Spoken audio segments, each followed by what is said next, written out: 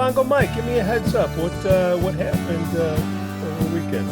Friday, I had tickets for the Cubs game. The company shut down, and we went to the Rooftop. What address? Oh, 3920. 3643, 1010 Waveland. No, it wasn't Waveland. It was on. What's the one? Kenmore, Sheffield, Waveland.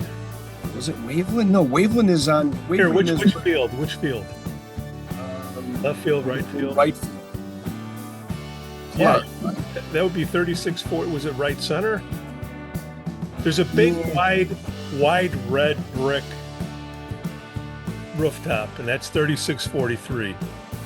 Then you have the rooftop with the Latin saying on top.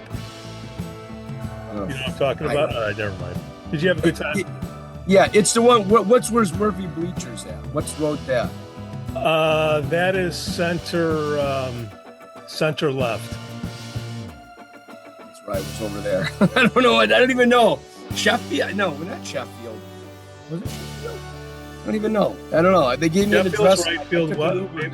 Waveland and Kenmore. That's left field and center. Must have been where it was. Yeah, Waveland. I guess. I don't. Whatever it was on that side. So let's see. That's when I'm at home plate. That's right field. Yeah. No. Yeah. Yeah. Yeah. Well, you had a good time. And they do a lot of music. It was raining. If you know, it was raining. I didn't know. It drizzled the entire time. I never went onto the roof. I never went up to the actual roof itself. But I did that, and then I really, that was it. I mean, that was my night. I got home and I didn't do much. And then Saturday I had my block party, and I went and saw Pino Farina at the Libertyville Days Fest. Oh, nice. How was that? Good. I got there late. I mean, we were supposed to eat here at like 7:00, and we didn't eat till probably 8, quarter to 8. So and he went on at 8:30. So I left here at 9. So I missed the first, whatever. I got there at 9:30. I missed the first hour, and then he played till 11:30. So it was good. It's Pino's class act. Good guy. But yeah, that was it. That was my weekend. And I had Father's Day yesterday. How about you? What big Father's Day yesterday? We're breaking in the new smoker. Took a while. Nice. What'd you smoke? Brisket, whole thing. Nice. Buddha says good. Buddha says good. Do all the musicians like Buddha? I love them. Yeah, it was good. I didn't have to play. So we have Tamara is getting shown this week. Yeah, we're a week. We're a week ahead. We're a week ahead, and it's nice to be a week ahead. So that way I'm not crunched and getting something done in less than 24 hours. That's not scalable. Well, why don't we just do the Tamara? Wouldn't that be what plays? That's what's going to happen tomorrow. I'm talking about the following week. Oh, yeah. Yeah. Welcome to that's weird that we're a week ahead like that. Yeah, I was always amazed at how fast you were able to knock out you get it edited and doing it in a day. I was pretty impressed by that. You had one guy doing the bongos, and they had you, 2 percussionists. Is that what happens? What the hell is that all about? Can I be a percussionist? You can do whatever you want, man. Come on in. Can you play? Huh? No, absolutely not. Don't have the attention span for hitting the sticks. How did you get started in percussions? Maybe that's what the show is today. Yeah, the first question you had was, why do we have 2 percussion players in the Black Diamond sessions? Yeah, I got to tell you, it's really not 2 percussion players. Yeah, I do percussion, but if you look at my kit that I use for the Black Diamond sessions, it almost is like a drum set, because I have toms and drums that I use and cymbals, and I do have some bongos in there, but I primarily do. It's almost like a second drummer in a lot of ways. So you have the other guy doing percussion, and he's just doing congas. He's also the harmonica player. So it kind of makes it breaks it up a little bit. So I'm really not. I do, yes, I do sit on the congas in that band depending on the song. If the other guy Blake is not on there, and I do play the bongos and various other things, but I would say it's almost like a secondary drummer, the way that I work with the other drummer. Where the Mosquitoes, yeah, I'm really playing percussion more than anything. Yeah. It's congas, bongos, timbales, stuff like that. But how did you get into that? How does somebody get into that, and what types of bands does it make sense to? This is your show, Bongo Mike. Oh no. Yeah. Keep this one in the can for later. Yeah, it will be for a week. Yeah. Yeah, I that is a good question. Let's see. How did I get into it? Well, first off, I've always liked drumming and stuff like that. I was in a drum and bugle corps back in 8th grade. So I had some introduction to drumming. But how I got involved in it is I just went out and bought a set of congas and started playing. And then I got more entrenched in it. And then I started buying a shitload of drums. And I don't really, it's kind of weird. I don't know how it, huh? Which one is the conga? The congas or the congas are the larger ones. Here, we're going to do a little show and tell. Yeah, let's go ahead. Go ahead, Bongo. It'll be fun. Hang on, I got to do one thing. I got to shut my water off on my pool. I got a leak in my pool. Oh, yeah, I know it's not good. No, but it's only bad when you have to fill it. Permaseal. Fill it. All right, now we're going to do a little show and tell. All right, here we go. All right, to the basement, to the den. All right, okay. You can edit out that whole situation there. Absolutely. All right, now we're cooking with fire. All righty, let's go down to the. Let's hope it's not too dark, and hope I don't trip and fall. Okay, here we go. So there are lots of different percussion instruments that I have here, as you can tell by all that crap right there, right? A lot of stuff, right? Wow. Yeah, a lot of stuff, right? Lots of stuff. Wow. So let's take a quick look, a little look at the. So first, those right there are bongos. Let's see if I can do this. Yeah, keep the camera on it for a period so it'll catch up. Yeah.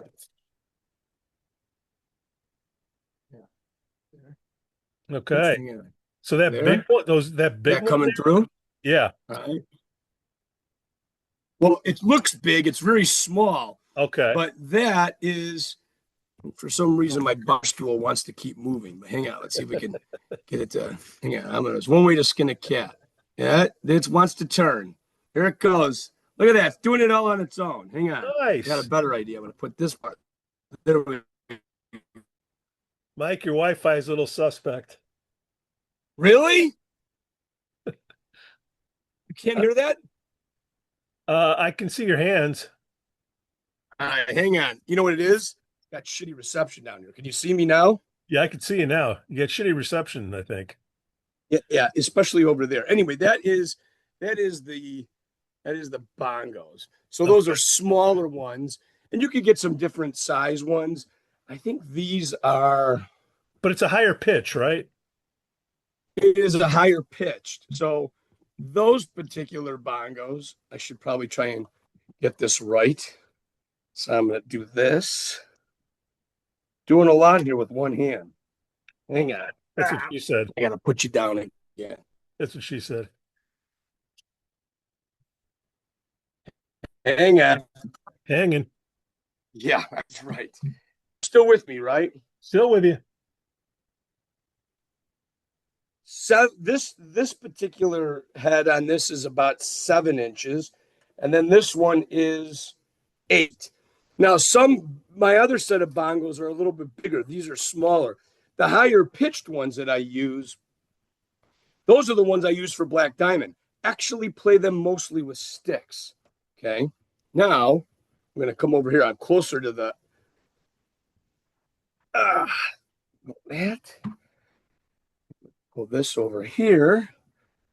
Now these are what they call congas, right? So I'm going to try to, hang on, I got to find something to put this on. I don't have the exact. Oh, here we go. Oh, over here. Movement. Can you see those? Yeah. Oh, those are bigger. I can tell. Yeah. So these are conga drums, and as Okay. you can tell, much bigger shell than our bongos, and a different pitch. So this is where I started. I started with these puppies, although not this particular set, but kind of dead actually. But these are for me to practice on. Yeah. It's not picking up the sound, but I get you. Okay, it's not picking it up, huh? It's not picking it up. It's taking this background noise. Uh, Yeah, it's trying to filter it out, but I get it. But I'm curious to so you got the congas. Oh, whoa. big. Yeah, Damn. yeah. So those are where I started. I started with the set of congas, right? Okay. And then when I had the congas, I said, eventually got to get some bongos. It kind of goes hand in hand. When you see a percussion player that has that, he usually has both of those, right? Not everybody, but most. Then you build that out with a set of timbales. You know what a timbale is? No. Not a tamale, a timbale. Pete, here's a little look at some drums. We have octobans, more timbales, panderos, bells, vibroslaps, more drums, lots of stands, bongos, all kinds of drums down there in no particular order, chimes, blocks, lots of washboards, cajones, bongo cajones, shakers and all kinds of electronics, another conga. So that's a look. Yeah. So you have the Right. little ones with the higher pitch, and then you work your way up. Yep, bongos. Okay. And then conga? Now, how did I get the name Bongo Mike? Yeah, I how? didn't give myself that nickname. That's too cool of a nickname. I would have never thought of it. My friend Pat would always refer to Mike, and he had a lot of people that he knew that were named Mike. So he started referring to me as Bongo Mike. Now everyone starts calling me Bongo Mike. Now they're not even using the word Mike; they're using the word Bongo. Bongo. So like when I saw Pino Farina on Saturday, he goes, "Bongo, how you doing?" At the end of the day, there's about 90 plus drums downstairs, and I use them differently. So I'll add like side drums and mini timbales and toms and I don't change my set too much because it's kind of a pain in the ass trying to configure how it's going to fit on a stage.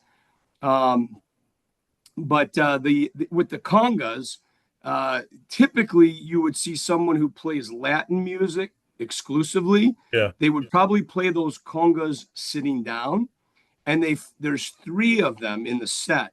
I've got the three. I don't always use the three.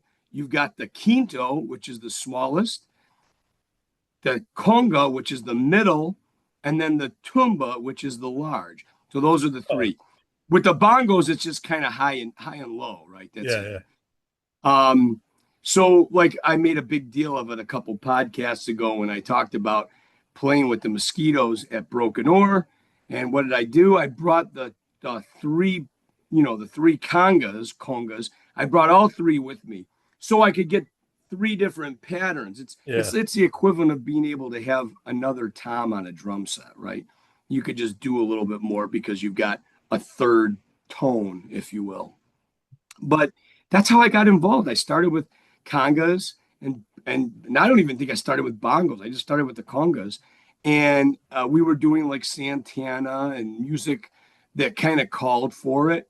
And then I was probably, oh boy, I can't remember the exact year. I know I worked in Libertyville at the time, So what I wanted to do is I wanted to take drum lessons again.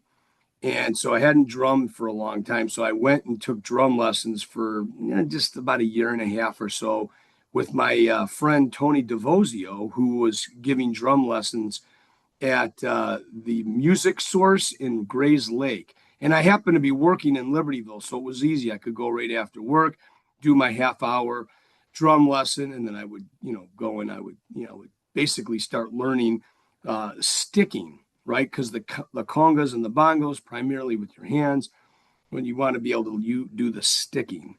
So that's kind of how I got involved with the drum aspect of it. Now, how does that work with the drummer? Do you get the drummer? Yeah, I'm coloring around what the drummer's doing, right?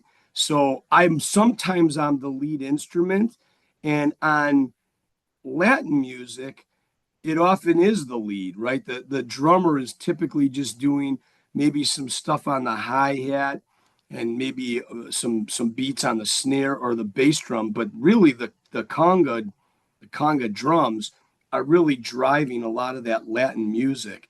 In the stuff when I'm a rock percussion, like kind of more what I do, it's coloring, I mean, I'm really adding around. So the drummer plays a rhythm or a pattern or a particular groove, and I kind of find the areas where I have to play around with it and add to it. That's the essential part of it. You're just really adding. So sometimes the drums and the percussion will work in it's always working together, but sometimes the lead is still that drummer because he's holding down the beat and I'm coloring around it. And there are occasions where we'll switch off where I'm doing the lead on an intro or something like that, or a certain part of a song where there's a percussion break where it's the percussion driving it while the drums are off. So that just depends on the song. It's not find something what I did, but for the most part, it's really think about Santana music. Yeah. That Santana music.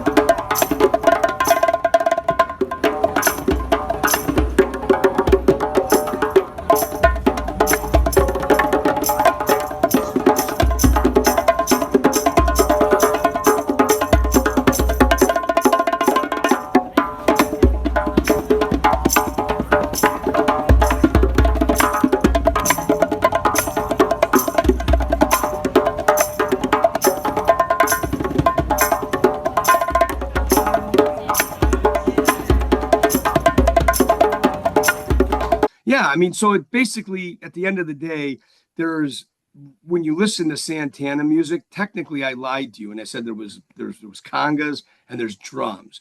Really, that's not the full picture. The full picture of Santana and the music of Santana, or anybody like it, you could throw El Chicano, War, a lot of those bands. There is actually three parts. You have the timbale player, like I showed you those timbale drums, and he will typically be playing cowbells, and he would play off the side of the timbale, and then he would use the timbales, highs and lows, and usually it's a higher pitched drum that gives you that Latin feel. So they play in conjunction with the congas, which plays in conjunction with the drummer. So a lot of times when you see a Santana band, three drummers. Yeah. So if you're doing an acoustic show, you would be more prominent than the regular drummer, right? Because it's harder to bring. And do you sit on those boxes? What are those things called? A cajon. Cajone? A cajon. So I got two cajones. No, I actually have, let me think about this. One, two, I got three cajones. One is 100% electric, and I sit on it, and it could be like a drum set, right? Because now I can direct patch that into the board, and it gives me about 30 sound. I think it's 30 sounds. So I could get like Nice. not necessarily snare, but I get some really cool stuff. I don't have it set up, otherwise I'd show you. The other one I have is a regular acoustic cajon.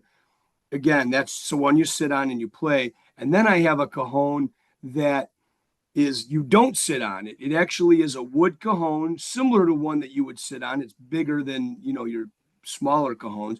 And that one is actually that you put inside of a stand and you play it on the top. And that's really cool.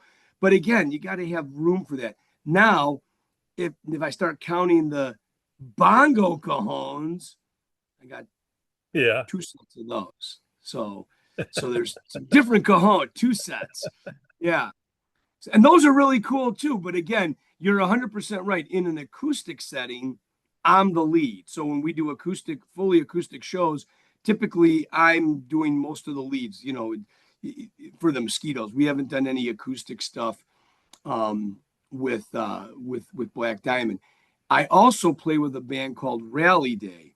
When I play with Rally Day, we would be at a 5-piece. They would add me in as percussion. When they don't go as a 5-piece and they want to go acoustic, it's me on a cajon and lots of other percussion and 2 guitar players. So I have done it in that regard. And I've also played with a band called Acoustic City, my friend Dave and Gary. And once again, when they play, it's just me. I can be using djembes, cajones, bongos, anything. We've been doing this over a year. I didn't know you were in those 2 bands. What are the sounds like? I'm actually not in those bands. I sit in with those bands. Okay. So the last couple of years, Acoustic City always they love having me because normally it's just the 2 guys. So when they do the 56 Music Fix, which is up here in Mount Prospect, they do it I think it's like the 3rd weekend in August, and all the bars and restaurants in the area will have bands. And Acoustic City, those guys kind of are part of the committee, and so they play every year. They might even play multiple shows. I've known them to do like multiple days because all these venues have different time slots. It's like from like 12 in the afternoon to 12 at night. It's very cool thing that Mount Prospect does. And I've been fortunate enough to play both with the Mosquitoes several times, as well as sitting in with Acoustic City. Rally Day doesn't typically do acoustic stuff, but there have been a couple times where we did these shows. We did one during COVID at Teddy O'Brien's, and then we did one about 2 years ago at Toadstool Pub in the winter. It was like, I think it was like March or February, and it was the 2 guitar players, one guy doing like acoustic, the other guy doing semi-electric, and then me. But those are bands I just sit in with. Now, Pete, I got to tell you, if I ever tell you I'm sitting in with bands, yeah, I counted one time how many bands that I've sat in and played with. I'm way over the 25 bands mark. Now there's people I sit in with regularly, and then there's people that just have me come up and do stuff. So I a lot of times that doesn't require me to actually practice. I just need to know the song, and then I need to come up with something creative that I can do. Well, we're talking about the Cubs earlier. You got the guys that are sitting playing the white buckets.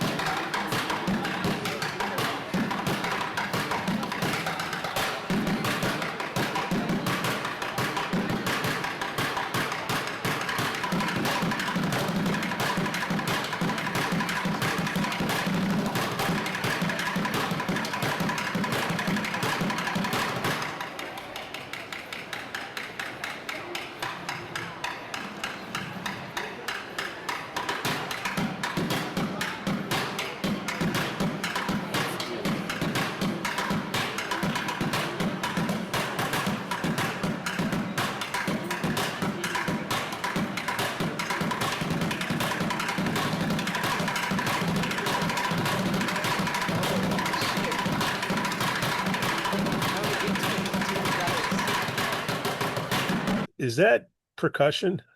Yes, it is. So if you watch what those guys are doing, the average person walking by would go, what are these jamokes doing, right? They are actually playing their drums. It's a percussion, right? And if you watch what they're doing with the buckets, it's pretty cool, actually. I mean, I appreciate it. There's a lot of people that walk by and don't give a rat's ass, or they just think it's noise. But it is pretty cool. And if you watch, one guy is usually interesting. But when they get the multiple drummers and you watch what they do, they use their foot to lift the bucket up or down to get different tones. Sometimes they'll augment it with some real drum parts like a hi-hat or tambourines or whatever. I've seen some pretty unique stuff. And I always stop and watch those guys. And what I'm watching for is the technique. And I got to tell you, those guys know what they're doing. They're not just pounding away like a bunch of idiots. They actually are doing something. And there's a rhythm there, right? They're laying into a rhythm. So the bass drum is lifting it up with the foot and dropping it, maybe, or you get more of an open tone when you lift the bucket with your foot, and they play off the rims. You'll hear playing off the rim of the bucket, and then of course, if the bucket's flat, it gives a more muted sound. But I got to tell you, those guys are talented, and yes, that is a percussion instrument. I mean, believe it or not, Pete, I've got 90 plus drums down there, but I saw that. What I don't have is I don't have a bucket. Like I never went out and bought a $5 bucket. Home Depot. I got those. I got them. I got the green Menards bucket. Yeah. I've never sat down and done it, but I really do think it's pretty cool. And like I said, I appreciate what they're doing on the streets. I know they're just, trying to get some, some money thrown into their other bucket. But I think everybody is. We got their hand out. Everyone's got their hands out. But I mean, I think it's pretty cool. I've often thought about bringing a bucket to a show and pounding on a bucket. But why not? Yeah, right. Exactly. I play washboards. You could be the Neil Peart of buckets. Hey, I've seen them use different size buckets too, right? Because if you have a smaller bucket, it's got a higher pitch than a larger diameter bucket. So, I've seen all kinds of stuff on the streets, and I think it's pretty damn cool. And if you ever go to the Bears game, you've been to Bears games. Yeah, I've been to and Bears. They got that little tunnel that you walk for when you're coming from the Waldron lot, and they got that tunnel, it kind of goes underneath, and then you come up to the stairs and you go up to Soldier Field. And, the bucket guys will sometimes sit in there.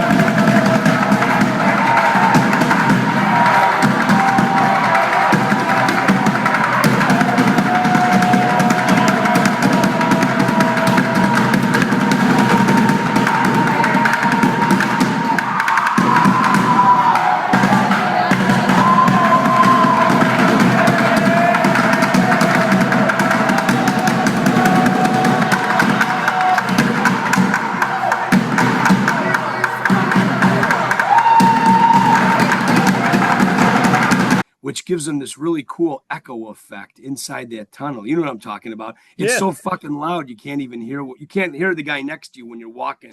You're like, the fucking bucket guys. You know, they're loud, fucking loud. Give them $5, but So they're good. a bucket costs $5. How much do those congas and congos and how much do those cost? Wow. Well, it depends. You have your entry level, you have your mid level, and then you have your professional stuff. I have the ones I showed you, the congas that I showed you when I tried to. I think I Yeah. was losing reception, but the ones I showed you, those are what I would consider an entry level. I use them just strictly for practicing here because my other set of congas sit at my cousin's house in Mundelein, so I don't have to haul that shit back and forth. Yeah. And then I have the ones I play with. The ones I play out with, which are my Matadors, they're LP Matadors. Those range, those three congas, and that's mid level. They're the Matadors are mid to high level, but not total professional. That was probably about 1,700 for the three drums. That wasn't terrible. You know, the smaller drum, the quinto Yeah. was Yeah. the cheapest. The tumba was the most expensive. And yeah, I mean, right around there, maybe $2,000. The next level on congas, you know, professional, you Yeah. could probably spend, 1,500 per conga. So that could be, was that my math's A lot. seven grand, Where does five. come on, Mon. Let's go to Jamaica. Where does steel drums come in? Steel drums, that's notes. So I don't have any steel drums. I've always been tempted to buy them, but you probably didn't see it when I was showing you the stuff down there. But I have a set of what they call bells, which looks like a xylophone, but they're a little smaller. And I bought those with the intention of, hey, I'll start playing notes, right? Well, first thing is I got to know what the notes are in the song, whether I'm playing, flats or sharps or whatever.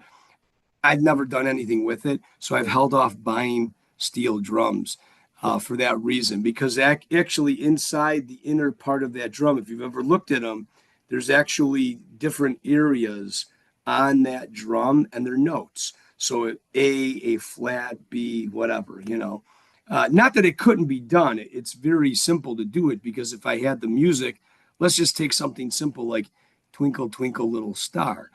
I could probably play that. If it was something a little more intricate, maybe something from Jimmy Buffett, who uses steel drums, I would have to probably get the music and know where those notes were. And now I'm playing notes. It's more melodic, right? It's not just pounding on things. The You know, washboard is an interesting thing. It's yeah. funny how I got into doing that. I saw somebody play it at a show one time, and I was watching them, and I'm observing what they're doing, and it's all rhythm, which I can do, and it's really two movements for all intents and purposes. Tapping, scratching. That's it. Tap, scratch, tap, scratch. And it's some rhythmic thing that gets put together. So I get a washboard, I start doing it. Early in early versions of me using the washboard, I had to figure out if I was going to use spoons or uh, bottle openers. A lot of times you'll see these guys, they have a bottle opener and they're using that to scratch and tap, or thimbles.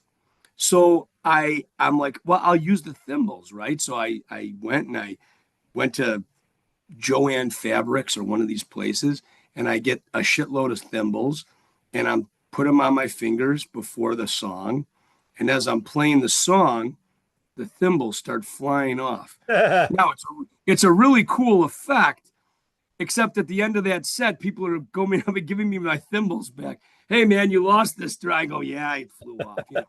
And now I started thinking to myself, how am I going to prevent that from happening? So I'm out in the West Coast somewhere, and I'm seeing a band, and this girl has gloves. And I thought to myself, and I'm always MacGyvering things. If I could do it with duct tape or super glue. And I looked at that and I said, I can do that. So I had the idea, I'm going to go to Menards. I'm going to get myself a cheap set of work gloves. Why work gloves? Because they fit tighter than your typical winter glove that's usually very cumbersome. You don't have a lot of dexterity. I need something that fit my hands very tight. So I go and I buy the gloves, and then I get a bonding agent, right? And I'm glue each one of those thimbles to a glove. People think it's brilliant. And when I see people, they always want to come up and touch my gloves. Don't touch your gloves. They always want to stick their hands in my gloves. Yeah. So, and they're amazed. They're like, wow, that's a great idea. So I can't take credit for it. All I can take credit for is I had the wherewithal because I couldn't go and ask the girl who was playing on stage. Yeah. But I saw that she had these gloves and I thought to myself, that is a very good idea. And I can go faster than I can with bottle openers or spoons. So using it allows 10 fingers to be my rhythm. And it really kind of just went from there. But people always want to know how did you do that and why did you do it? So that's real life, man. That puts the value in this podcast, Bongo Mike. What shows you got coming up in the next 2 weeks? Well, past 2 weeks. Yes, I actually do know my schedule. Okay. I'm off until July 3rd. July 3rd, the Mosquitoes are going to be at the Morton Grove Days Festival, July 3rd, 7 to 8:30 p.m. We don't have the AM slot. And that's the first gig out of the box. And then after that, the Mosquitoes are going to be in Long Grove. We're going to be there on the 19th of July, which I believe is a Saturday. I've got my phone in front of me. And that's going to be at Brothers Field in Long Grove. It's with a band called Dead Fest. So we're playing. Yeah. Did you know that one? You know those guys? Yeah. So you guys play with them all the time. We do. We do a lot of dual gigs with them, but that's their show. We come there, we do an hour and a half, 6 to 7:30 p.m. They come on at 8, and I believe they go to 10 or 10:30. And then Black Diamond Sessions actually is booked a couple shows here for July. Besides the third Thursday at the Wooden Nickel, which I believe is, Holding. Don't go away. I'm going to look at my calendar. Holding. It up. Hang on. I will get you the exact date. The 17th of July is the third Thursday at the Wooden Nickel. That's Black Diamond Sessions. We talked about the 19th. That's Mosquitoes. Then the 20th of July, that you mark your calendars there. That is going to be, mark it up. You do it. You got it. You got the pen. That's Highwood Days Festival. Oh, that's a biggie. Right. And that is 5 to 7 p.m., 5 p.m., 7 p.m. And that's, I believe, they said it's in the Metro parking lot. So they must put a stage there next to the Metro station. They move the stuff around depending on what festivals. So that is going to be very interesting and an early show for all you people that don't want to be out late on a Sunday. You can, right? I don't want to do it either. I want to get home and get to bed. I got to be up early. Then Black Diamond Sessions has the 23rd of July at the Northfield Market Days. So every week throughout the summer, Northfield at Clarkson Park, right off of that's got to be Willow Road. It's Willow Road. So it's going to be east of Waukegan Road. But on Willow, there's a park called Clarkson Park. That's going to be 6 to 8 p.m. Once again, a nice early one. And they have food vendors, big stage, big sound system, big deal. So that's 3 shows of Black Diamond. That's more Black Diamond than you can handle. That's a lot of diamond. That's a lot of diamond. 17, 20, 23. And that's good. So that's it. That I think that's my whole schedule for July. Let me look. I think so. I think that's it that I know of. Bongo Mike, everything you wanted to know about bongos. Bongos. Now I got to go find these videos. I am going to find you instruments. You got a week. You got a week. See? I'm going to do it right now, so it's fresh in my mind. Fresh. I'm going to send it, and who's on next week? Who do we got? Who's coming up? No idea. Just checking. I wonder if you don't have me on there. Nobody wants to hear from me. What are you talking about? We started with you, we'll end with you, Bongo Mike. Very interesting show. I'm sure there's a lot of people out there going, who gives a rat's ass? I do. Percussion. I do. I only got to care. You too. I care, and you're going to give me some great videos, and we're going to be entertained, and we'll be demonetized once again. Sounds good, buddy. All right, Mike. Take care, buddy. Thank you for showing up. Have a good evening. We'll see you.